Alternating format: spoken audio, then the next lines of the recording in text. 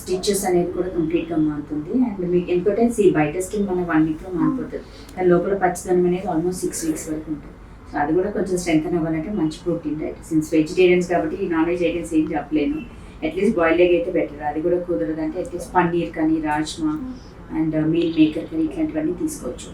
And every 2-3 hours ఏంటంటే compulsory feeds ఇవ్వాల్సిందే. వాళ్ళు పడుకున్నారు కదా అని చెప్పేసి అట్లాగే వదిలేదు. కాళ్ళు రబ్ చేస్తూ ఉండాలి, లేకపోతే కాలు ఇంట్లో గట్టి కొట్టినా కానీ నీళ్ళు వేస్తారు. ఇమీడియట్గా లేవగానే మీరు ఫీడ్స్ ఇవ్వాలి. ఎందుకంటే ఫీడింగ్ ఎంత మంచిగా ఇస్తే మీరు వెయిట్ లాస్ అవుతారు, బేబీ వెయిట్ గెయిన్ అవుతారు. అదొకటి. సెకండ్ థింగ్ ఏంటంటే జాండీస్ రాకుండా ఉంటుంది. సరే ఇప్పుడు మనం ఎట్ బర్త్ చెక్ చేసాము, లేదు కానీ మళ్ళీ ఫ్యూచర్లో రావచ్చు కదా. రాకుండా ఉండాలి అంటే వాళ్ళకు హైడ్రేషన్ బాగుండాలి. So feeding main important. Feeding ఇస్తే అసలు జాండీస్ కూడా రాదు. అండ్ కుదిరితే ఏంటంటే మనకి ఇప్పుడు ఇంకా సమ్మర్ సీజన్ కూడా స్టార్ట్ అయిపోతుంది కాబట్టి ఎర్లీ మార్నింగ్ పైన మొత్తం అంటే క్లోత్స్ అన్ని తీసేసి ఆయిల్ మసాజ్ లాగా చేస్తూ ఎండలో కొంచెం సేపు పెట్టినా కానీ బెటర్ అది. సో ఈ జాగ్రత్తలు తీసుకుంటే చాలు. వ్యాక్సినేషన్ అంటే ఆల్రెడీ అయిపోయింది, మళ్ళీ నెక్స్ట్ వ్యాక్సినేషన్ ఆఫ్టర్ 1 మంత్ తర్వాత అది షెడ్యూల్ ఇస్తారు కదా, ఆ ప్రకారంగా వ్యాక్సిన్స్ ఏం చేస్తే సరిపోతుంది. మీకు మాత్రం ఇంకా స్నానం అన్ని రెగ్యులర్గా రొటీన్ అన్నీ చేసుకోవచ్చు. మిల్క్ మాత్రం కంపల్సరీ పెట్టుకోండి.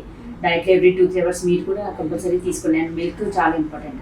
డైలీ కంపల్సరీ 2-3 గ్లాసెస్ మిల్క్ తాగాల్సిందే. మా పాలు బ్రెడ్ తీసుకున్నా మీకు పాలు బాగా వస్తాయి.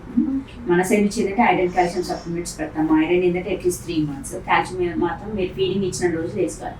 చాలా మంది బతికిస్తారు, ఇనిషియల్గా 1-2 months వాడే ఆపేస్తారు. అలా కాదు, కాల్షియం మాత్రం టిల్ ఫీడ్ బేబీ. ఐరన్ మాత్రం అట్లీస్ట్ ఇనిషియల్గా ఫస్ట్ 1-3 months వాడి ఆపేసేయచ్చు. ఓకే, మళ్ళీ next checkup will be after 1 month.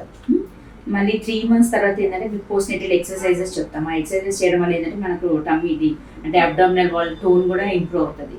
అదొకటి. అండ్ దెన్ కాంట్రసెప్టివ్ అడ్వైస్ కూడా నేను చెప్తాను.